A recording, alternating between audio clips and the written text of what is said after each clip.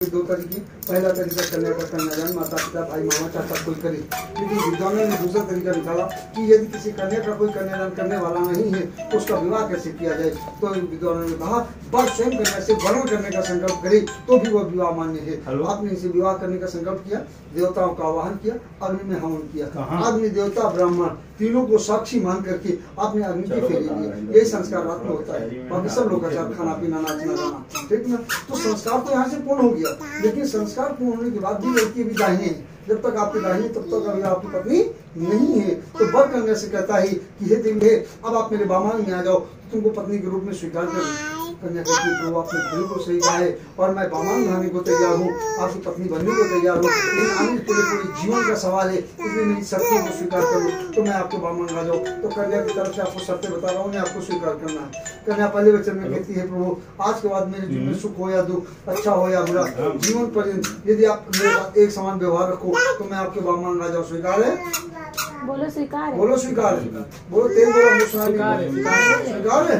हाँ भूल गए। दूसरे वचन में कन्या कहती है व्रत यज्ञ दान तप तीर्थ घूमना फिरना आज के बाद जो कुछ भी करोगे मुझको साथ में लेकर के करो तो मैं आपके बामान आ जाऊँ। स्वीकार है? तीसरे वचन में कन्या कहती है बाल्यावस्था अपने पिता के यहाँ कर दिया है, युवा और वृद्धावस्था में तुम्हारे साथ रहूंगी। जो प्रेम आप उससे युवावस्था में रखें, यदि वृद्धावस्था में रखें तो मैं आपके बामान आ जाऊँ। स्वीकार है? चौथे वचन में कन्या कहती है अर्थ का संचय में करूंगी, धर्म का पालन में करूंगी और काम की पूर्ति में करूंगी। यदि मुझे मोक्ष दिलाने का वचन दो तो मैं आपके बामान आ जाऊँ। स्वीकार है? पांचवें वचन में कन्या कहती है आज के बाद आप नौकरी व्यापार कुछ भी करो, जितना रुपया कमाओगे सारा रुपया लाके मुझको दोगे। स्वीकार है? स्वीकार है, आधा वाला सही है। चलो ठीक है, स्वीकार है। चौथे वचन में बोल क्या है बड़ा चड्डी उतारू 2 मिनट के अंदर अगर बोलना चालू कर देंगे। हाँ या ना? हाँ तो अभी आ जाओ। स्वीकार है। छठे वचन में कन्या कहती है जाड़ा गर्मी बरसात के हिसाब से भोजन और वस्त्र देने का वचन दो तो मैं आपके बामान आ जाऊँ। स्वीकार है? सातवें वचन में कन्या कहती है मेरे माता पिता आपके माता पिता मेरे इष्ट मित्र आपके इष्ट मित्र कहीं भी काम का हो रहा है, हम आप दोनों साथ में गए हैं, 4 चक्रियों के साथ में बैठी हूँ, सामने कुर्सी डाले आप बैठे हो, हंसी मजाक चल रही है, उसी समय नंदी बहनोई दीवार है।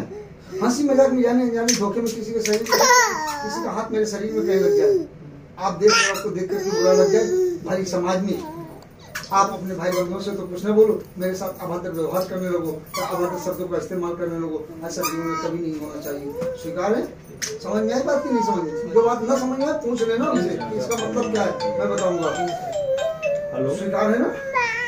भाई हाथ रखो, मुझे तुम उठो, तुम हाथ रखो इसकी कर अभी आपके वो इधर एक आदमी के लिए साथ सुनो, समझ में संतुष्ट हो, तुम्हारी बात पूरी होगी। जब तुम्हारी बात पूरी होगी तो तुम उठ के जाने लगी तो बर में हाथ रख दिया, क्यों बरने का रुक जाओ। समझ रहे समझ हाथ रखने का मतलब रोक दिया बर ने तुमको, क्यों? बात बता ही दी, मैं तो सीधे संस्कार करने आया था, संस्कार पूर्ण तो तुमने इतनी बड़ी लिस्ट पकड़ा दी उनको। तो बर कहता है कि जब मैं भी घर से चला तो मेरी मम्मी ने एक लिस्ट छोटी सी दे दी थी तो उनको अनुभव था कि सर काम आ जाए, तो कुछ शर्तें मेरी भी और बर की शर्तें आपके लिए। बर कहता है स्त्री को अबला कहा गया है, इसलिए तुम्हारी सुरक्षा की जिम्मेदारी आज के बाद मेरी है, इसलिए अर्धरात में गर्मी आज की सोने दोपहर सोने जंगल या घर से अकेले बाहर नहीं निकलोगी, यदि निकलोगी तो मुझे बता करके निकलोगी। स्वीकार है? दूसरे वचन में बर कहता है संसार में 2 मैदान है, एक पुरुष और एक हाथी, यदि मैं तुम्हारे साथ नहीं हूँ तो किसी पर पुरुष के सामने या किसी हिंसक जीव के सामने अकेले कभी नहीं जाओगी। स्वीकार है? तीसरे वचन में कहता है हे देवी आज के बाद जहाँ मेरा सम्मान न हो, जहाँ मुझको बुलाया न जाए, वहाँ जीवन में कदापि नहीं जाओगी, भले तुम्हारे पिता का ही घर क्यों न हो। स्वीकार है? हे देवी आज के बाद आप किसी पर पुरुष की प्रशंसा नहीं करेंगी। स्वीकार है? पांचवें वचन में पांचवें वचन में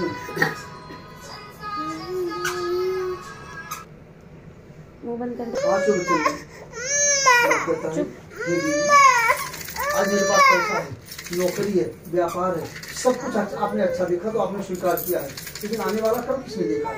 आने वाला कल ऐसा हो सकता है कि हमारे पास खाने के लाले पड़ जाए, एक मौका दिया जाए, आप सुंदर भी और जवान भी हो सकता है मेरे बुरे वक्त में मुझसे भी कोई धना दे और मुझसे कोई सुंदर व्यक्ति आपको मिल जाए और बुरे वक्त में मेरा साथ छोड़कर उसके साथ चली जाए, ऐसा कदापि नहीं होना चाहिए। स्वीकार है? क्या स्वीकार? चलिए जाओ